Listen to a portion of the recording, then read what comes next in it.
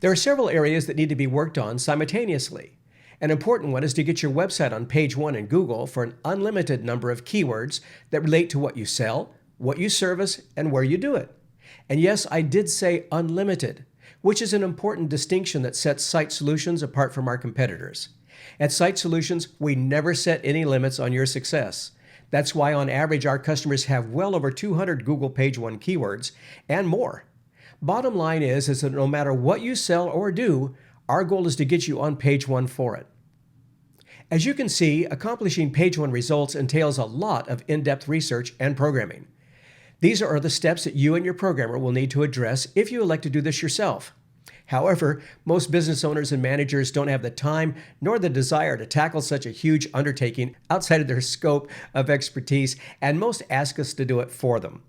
Which, by the way, is a wise move, as to do this yourself involves a huge amount of training and man hours to accomplish it. If you'd like to see detailed information about each one of these items, we've made videos covering these topics, and I've placed links for them down in the description below.